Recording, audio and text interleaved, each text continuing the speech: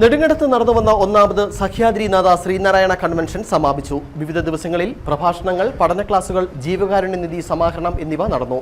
സമാപന ദിവസം നടന്ന സർവമത സമ്മേളനം SNDP യോഗം വൈസ് പ്രസിഡന്റ് തുഷാർ വെള്ളാപ്പള്ളി ഉദ്ഘാടനം ചെയ്തു.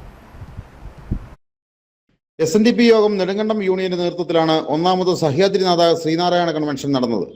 3 ദിവസങ്ങളിലായി നടന്ന സമ്മേളനം ജനപങ്കാളിത്തം കൊണ്ട് ശ്രദ്ധേയമായി. ആയിരക്കണക്കിന് ആളുകളാണ് പ്രഭാഷണങ്ങൾ കേൾക്കുന്നതിനായി സമ്മേളന നഗരിയിൽ എത്തിയത്.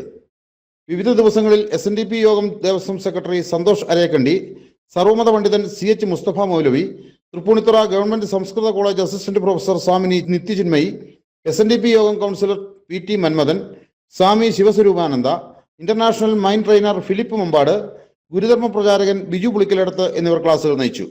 കൺവെൻഷന്റെ സമാപന ദിവസം സർവമത സമ്മേളനം നടന്നു.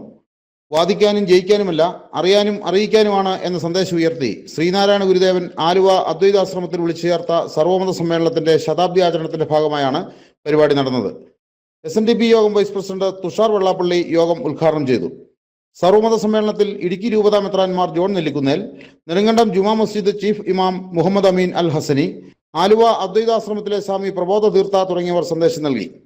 മന്ത്രി Roshy Augustine, Dean Kuriakose MP, MM Mani MLA, Ajeesh Muthukunnel, union secretary Sudhakaran Adiplackal, board member KN Thankappan, കൗൺസിൽ അംഗങ്ങളായ N ജയൻ, സുരേഷ് ചിന്നാർ, CM ബാബു, മധു കമലാലയം തുടങ്ങിയവർ പ്രസംഗിച്ചു.